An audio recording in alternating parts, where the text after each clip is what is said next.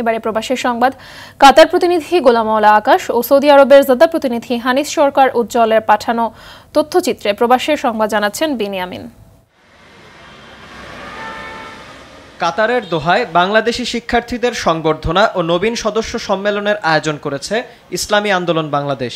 সংগঠনের কাতার শাখার সভাপতি শায়খ জসিমউদ্দিনের সভাপতিত্বে এবং সাংগঠনিক সম্পাদক মুফতি ইব্রাহিম খলিল ও ছাত্র ও যুব সম্পাদক মাওলানা আরিফ বিল্লার যৌথ সঞ্চালনায় অনুষ্ঠানে প্রধান অতিথি ছিলেন সংগঠনের কেন্দ্রীয় সাংগঠনিক সম্পাদক শাহ ইফতিখার তারিক। এছাড়া বিশেষ অতিথি ছিলেন কাতারের বাংলাদেশ স্কুল অ্যান্ড কলেজের অধ্যক্ষ এটিএম আসাদুজ্জামান, সংগঠনের উপদেষ্টা শায়খ আব্দুল হালিম, শায়খ নুরুল আনোয়ার, মাওলানা মতিউর রহমান ফেরদৌস সহ অনেকে।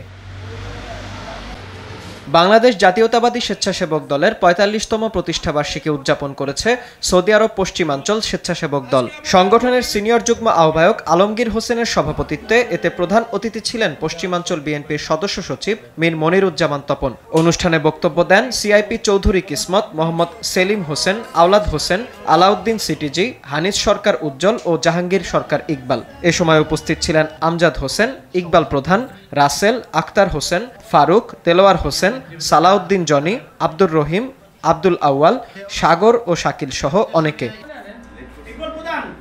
বিনিয়ামিন, RTV।